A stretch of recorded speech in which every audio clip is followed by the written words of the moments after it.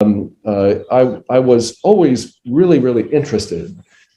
in how science worked. But the way in which I thought about science was from the point of view of people who wrote books about the history of science, how scientific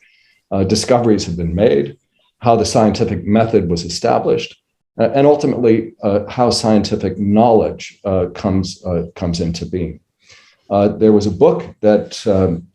had been published 10 years before I was in college, but I read when I was in college by a man by the name of Thomas Kuhn. And it was called The Structure of Scientific Revolutions. And it was a kind of revolutionary book itself. It made the argument that science operated under the kind of conceptual framework of what he called a paradigm, a way of basically construing the world, of understanding the basic and fundamental elements that then would become the basis on which you would see how science could help you understand everything from matter to energy to human life to cellular operations and so on and so forth. But Kuhn focused on the Copernican revolution, which was the transformation that was imagined by Copernicus against the standard notion of the Ptolemaic view of the world, in which the Earth stood still and the sun revolved around the Earth.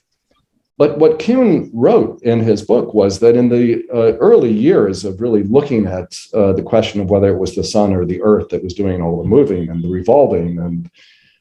the like, there was not so much evidence that propelled the Copernican point of view, so much as a kind of insight, a sense that perhaps that having the Earth stand still didn't explain all the phenomena that could be assembled to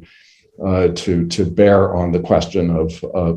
the universe and questions of elementary motion in the universe. But it was years later that the Copernican insight was proved to be right, and it was really with Galileo years later,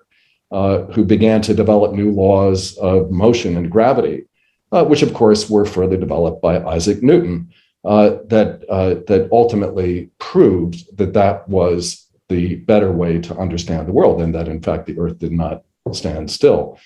But even that was before there were spaceships that could look at the Earth revolving, et cetera, et cetera.